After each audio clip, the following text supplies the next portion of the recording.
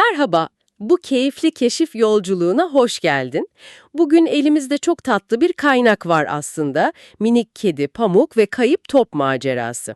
Yani hepimizin aşina olduğu türden böyle sıcacık bir çocuk masalı.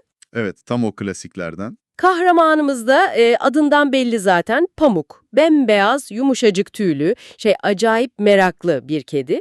Hikaye de Pamuk'un hani o çok sevdiği kıpkırmızı yepyeni yün yumağını kaybetmesiyle başlıyor. O en değerli oyuncağı yani o an için. Aynen. Mekanda tam ona göre yemyeşil bir bahçe, keşfedecek bir sürü köşe bucak. Peki neden bu masalı konuşuyoruz bugün? Yani amacımız ne? Şöyle bir bakalım diyoruz. Pamuk bu yumağı ararken neler hissediyor? Duygusal iniş çıkışları, karşılaştığı karakterler ona nasıl yardım ediyor? Hani bu basit görünen hikayenin arkasında ne var aslında? Biraz onu deşelim istiyoruz. Kesinlikle öyle. Çünkü ilk bakışta basit bir kayıp oyuncak hikayesi gibi duruyor ama Pamuk'un o duygusal gelişimi, problem çözme şekli, kurduğu ilişkiler, bunlar açısından bayağı zengin bir metin aslında. Karakterler arası etkileşimler, Pamuk'un engelleri aşma biçimi. Konuşacak çok şey var yani. Harika. O zaman hemen dalalım Pamuk'un dünyasına. Masal şeyle başlıyor. Büyük bir sevinç anıyla. Sepetinde o kıpkırmızı yepyeni yumağı buluyor. Kaynakta o anki coşkusu çok güzel anlatılmış. Miau, ne güzel bir top diye mırıldanıyor, zıplıyor falan. Evet, o ilk an, sahip olmanın verdiği o saf, filtresiz sevinç, tam bir çocuğun yeni oyuncağına verdiği tepki gibi.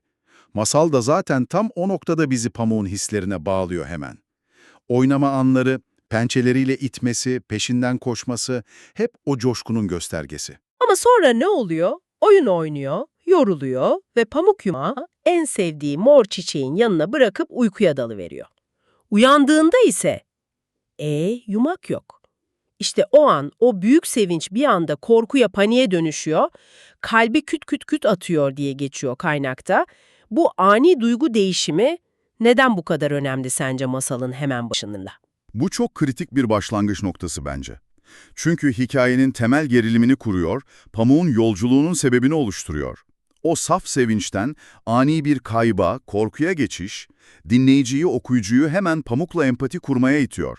Hani o en sevdiğim şey kayboldu, şimdi ne yapacağım hissi var ya, o çok evrensel. İşte bu duygu hikayenin motorunu çalıştırıyor ve Pamuk'un karakter gelişimini tetikleyecek olayları başlatıyor. Sadece bir oyuncak kaybı değil bu. Bir güvende hissetme halinin kaybı gibi de okunabilir. Çok doğru bir nokta ve Pamuk'un tepkisi de ilginç aslında. O ilk şoku atlatınca hemen kendini toparlıyor. Kaynakta kendine şey dediği yazıyor. Üzülmek yok. Ben meraklı ve cesur bir kediyim. Topumu bulabilirim. Bu iç konuşma önemli sanki. Aynen öyle. Bu karakterin direncini gösteriyor. Probleme karşı aktif bir tutum aldığını gösteren ilk işaret bu. Hemen ağlayıp sızlanmıyor. Kendine moral verip çözüm aramaya başlıyor. Bu da özellikle çocuk masallarında önemli bir mesaj tabii. Zorluklar karşısında pes etmemek, kendi gücüne inanmak. İlk adımı da çok mantıklı. Son gördüğü yeri aramak. Yani mor çiçeğin etrafını. Orada bulamayınca aramaya devam ediyor tabii. Bahçede çık çık çık çık diye bir ses duyuyor. Bu çalışkan tonton serçe yuvasıyla uğraşıyor. Pamuk çok nazikçe yaklaşıp soruyor yumağını. Tonton görmemiş ama yardım etmeye çalışıyor. Yüksekten bakınıyor falan. Burada iki önemli dinamik var bence. Birincisi, Pamuk yardım istemekten çekinmiyor. Bu önemli bir sosyal beceri. Hani her şeyi tek başına çözmek zorunda değilsin mesajı. İkincisi de Tonton Serçe'nin durumu. Kendi bakış açısından, yani yüksekten bakarak yardım etmeye çalışıyor ama bu yeterli olmuyor. Bu da bize şunu fısıldıyor sanki. Farklı bakış açıları değerli ama her zaman tek başına çözümü getirmez. Ama Tonton'un asıl katkısı ne oluyor? İpucu vermesi, havuza yakın yaşayan ve böyle yuvarlak şeyleri seven birinden bahsediyor. İşte bu bilgi pamuğu yeni bir hedefe yönlendiriyor. Havuz kenarı ve oradaki potansiyel görgü tanığı. İşte tam burada topluluk ve bilgi akışının gücü devreye giriyor. Tonton direkt çözümü bulamıyor belki ama elindeki bilgi kırıntısıyla Pamuk'u doğru yöne itiyor. Bu bir topluluk içinde farklı kişilerin bilgisinin nasıl birleşip daha büyük resme katkı sağladığını gösteriyor. Tek bir kişinin her şeyi bilmesi gerekmiyor yani. Pamuk hemen havuza koşuyor tabii. Orada büyük kaplumbağa Tostos'la karşılaşıyor. Kaynak onu kocaman yeşil kabuklu, sakin ve bilge diye tanımlıyor. Pamuk biraz çekinerek ona da soruyor. Tostos'un cevabı ise tam bir dönüm noktası oluyor hikayede. Evet, Tostos karakteri o klasik bilge yaşlı figürünü temsil ediyor. Onun "ben yavaş hareket ederim ama her şeyi görürüm" demesi, bu bilgeliğin aceleyle değil, sabırla, dikkatli gözlemle ilgili olduğunu vurguluyor bence. Tonton'un hızlı ama belki biraz dar açılı bakışının tersine. Tostos'un yavaşlığı ona daha fazla detayı fark etme şansı vermiş. Peki Tostos'un bu bilge karakteri çözüm için nasıl bir kapı aralıyor? Tostos pamuğa çok net bir bilgi veriyor. Sabah erkenden sevimli siyah kulaklı bir köpeğin yumağı burnuyla ittirerek çalılıklara götürdüğünü görmüş. Bu bilgi artık pamuğun arayışını belirsizlikten çıkarıp net bir hedefe yönlendiriyor. Çalılıklar ve o köpek. Ama aynı zamanda yeni bir zorluk da ekliyor tabii. Bilinmeyen, belki biraz da korkutucu olan çalılıklar ve tanımadığı bir köpek figürü. Kesinlikle. Tostos'un gözlemi, hikayenin düğümünün çözüleceği yeri ve potansiyel şüpheliyi ortaya çıkarıyor. Sağlıyor. Ve yine görüyoruz, farklı karakterler, farklı yeteneklerle probleme katkı sağlıyor. Hızlı serçe, yavaş kaplumbağa. Birinin hızı, diğerinin sabrı ve gözlemi. İkisi de pamuğun hedefine ulaşmasında kilit rol oynuyor. Ve Pamuk, Tostos'tan aldığı bu bilgiyle hem heyecanlanıyor hem de evet biraz endişeleniyor. Çalılıklar ona biraz ürkütücü geliyor ama yumağını geri alma isteği daha güçlü. Kaynakta yine kendine cesur ol Pamuk diye fısıldadığı belirtiliyor. Bu içsel mücadele anı da önemli bence. Çok önemli. Korkuyla yüzleşme ve cesareti toplama anı bu. Korkmasına rağmen geri adım atmıyor, hedefine doğru gidiyor. Bu da karakterin gelişimindeki bir başka adım. Bilinmeyene adım atma cesareti. Dikkatlice çalılıklara yaklaşıyor, hışırtılar duyuyor, hafif bir hav hav sesi. Kalbi hızla çarparken aralayıp bakıyor ve evet, Tostos'un tarif ettiği köpek Tombiş orada. Ama beklediği gibi bir durum yok ortada. Yani yumağıyla mutlu mesut oynamıyor. Tam tersine yumağı burnuyla ittirmeye çalışıyor ama beceremiyor bir türlü. Yumak sürekli çalılara kaçıyor ve Tombiş de biraz üzgün, ne yapacağını bilemez halde oturuyor öylece. Bu karşılaşma anı masalın en güçlü mesajlarından birini taşıyor bence. Pamuk'un kafasında belki de yumağımı çalan kötü köpek imajı vardı. Çalılıkların o gizemli havasıyla birleşince daha da korkutucu gelmişti belki. Ama karşılaştığı manzara bambaşka. Kötü niyetli biri yok. Aksine beceremediği için üzgün, kafası karışık bir köpek var karşısında. İlk izlenimlerin, varsayımların ne kadar yanıltıcı olabileceğini gösteriyor bu. Pamuk'un bu durumda Tombiş'e yaklaşımı da çok dikkat çekici. Korkmasına rağmen suçlayıcı değil, agresif değil. Çok nazikçe miyav, merhaba Tombiş diyor ve durumu kibarca anlatıyor. O yumağın kendisine ait olduğunu söylüyor. İşte iletişim becerisinin gücü. Pamuk, korkusunu yönetip durumu çözmek için en etkili yolu seçiyor. Sakin ve nazik iletişim. Bu yaklaşım, Tombiş'in de savunmaya geçmesini engelliyor ve hemen olumlu yanıt vermesini sağlıyor.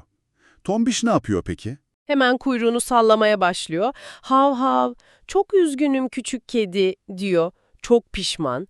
Yumağı parlak olduğu için top sanıp oynamak istediğini ama beceremediğini, o yüzden oraya bıraktığını anlatıyor ve defalarca özür diliyor.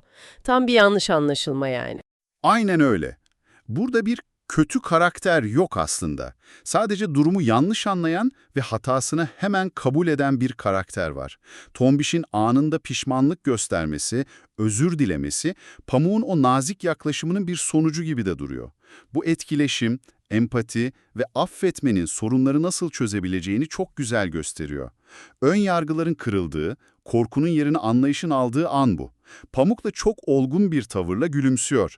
Önemli değil Tombiş diyor. Hatta onu anladığını belirtiyor. Alıp oynamak istemen çok normal. Sonra da hemen çözüm odaklı bir teklifte bulunuyor.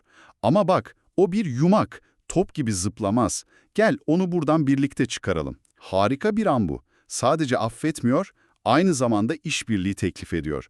Sorunu kişiselleştirmiyorlar, ortak bir hedefe odaklanıyorlar. Yumağı kurtarmak. Bu çatışma çözümünün çok naif Ama çok etkili bir örnek aslında. Ve kaynakta çok tatlı bir ifade var. Pençe pençeye ve burun buruna vererek, yani tam bir ekip çalışmasıyla yumağı çalılıklardan kurtarıyorlar. Pamuk yumağına kavuşuyor, Tombiş de o yanlış anlaşılmanın yükünden kurtuluyor. Ama hikaye burada bitmiyor, değil mi? Hayır, bitmiyor ve bu da önemli bence. Pamuk sadece oyuncağını geri almıyor, Tombiş'e birlikte oynamayı teklif ediyor. Tabii yumağa dikkat ederek. Bu jest, yaşanan o olumsuzluğu tamamen geride bırakıp pozitif bir ilişkiye dönüştürme isteğini gösteriyor. Ve sonuç? En iyi arkadaş oluyorlar. Bahçede yeni bir denge kuruluyor resmen. Pamuk yumağıyla oynuyor, Tombiş onu izliyor, Tonton Serçe şarkı söylüyor, Tostos amca onları izliyor. Masal, Pamuk'un hem oyuncağını bulmuş hem de yeni bir dost edinmiş olmanın huzuruyla uykuya dalmasıyla bitiyor. Tam bir kazan-kazan durumu yani. Peki Pamuk'un bu macerasını şöyle bir toparlarsak, senin için en önemli çıkarımlar ne oldu? Dinleyicimiz bu hikayeden hangi temel fikirleri alabilir? Benim için birkaç katman öne çıkıyor. Birincisi, duygusal dayanıklılık. Pamuk'un o sevinçten korkuya, sonra kararlılığa ve tekrar mutluluğa uzanan yolculuğu, duyguları yönetme ve zorluklar karşısında direnç gösterme becerisini vurguluyor bu. İkincisi, topluluğun ve işbirliğinin gücü. Tonton'un ipucu, Tostos'un gözlemi, sonra Tombiş'le kurulan işbirliği. Hiç kimse tek başına çözemezdi belki de bunu. Farklı yetenekler, farklı bilgiler bir araya gelince sonuca ulaşıldı. Benim de aklımda en çok kalan tema iletişim ve empati oldu sanırım. Özellikle o Tombiş'le karşılaşma anı. Korkuya rağmen nazikçe konuşmak, karşındakinin durumunu anlamaya çalışmak. Hani Tombiş'in oynamak istemesi ama becerememesi durumu. Ve affedici olmak. Bunlar sadece masallarda değil, gerçek hayatta da ilişkileri dönüştüren şeyler aslında. Senin için öne çıkan ne oldu bu hikayede? Belki aklına kendi hayatından benzer bir durum geldi mi? Evet, bu iletişim ve empati vurgusu çok kritik. Masal, ön yargıların ve korkuların, hani çalılıklar tanımadık köpek gibi aslında ne kadar yanıltıcı olabileceğini gösteriyor. Açık ve dürüst bir konuşmanın buzları nasıl eritebileceğini çok güzel anlatıyor. Belki sen de şunu düşünebilirsin. İlk başta gözünde büyüttüğün bir sorun ya da korktuğun bir durum. Yakından bakınca veya o kişiyle konuşunca aslında ne kadar farklı göründü. Ya da hiç beklemediğin bir işbirliği veya yardım sana nasıl yeni kapılar açtı. Pamuk'un hikayesi bu tür kişisel deneyimlerle bağ kurmamızı sağlıyor bence. Minik kedi Pamuk ve kayıp top macerası üzerine yaptığımız bu keyifli sohbetinde yavaş yavaş sonuna geliyoruz. Basit bir olay örgüsü gibi görünse de üzerinden aslında ne kadar çok katmana dokunduk, değil mi? Bitirmeden önce aklımızda biraz daha dönsün diye bir düşünce tohumu ekmek isterim izninle. Masal mutlu sonla bitiyor, evet.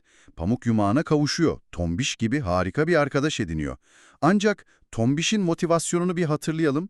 Yumağı top sandığı için almıştı. Onunla oynamak istemişti ama başaramamıştı. Yani Tombiş'in aslında gerçek bir topa, böyle zıplayan, peşinden koşulabilen bir oyuncağa ihtiyacı ya da isteği vardı. Pamuk kendi sorununu çözdü, tamam. Peki ya Tombiş'in giderilmemiş o ihtiyacı? Belki de bu hikayenin görülmeyen devamı şudur. Pamuk ve diğer bahçe sakinleri Tombiş için gerçekten oynayabileceği bir oyuncak bulma veya yapma macerasına atılırlar. Bu da empatiyi sadece kendi sorununu çözmekten bir adım öteye taşımaz mı? Başkalarının dile getirilmeyen ihtiyaçlarını fark edip onlara proaktif olarak destek olmak. Ne dersin? Empatinin bir sonraki adımı harika bir nokta gerçekten. Sadece olanı çözmek değil, olmayanı da düşünüp harekete geçmek. Bu güzel fikirle seni baş başa bırakalım o zaman. Bu detaylı yolculukta bizimle birlikte Pamuk'un dünyasına daldığın için teşekkürler.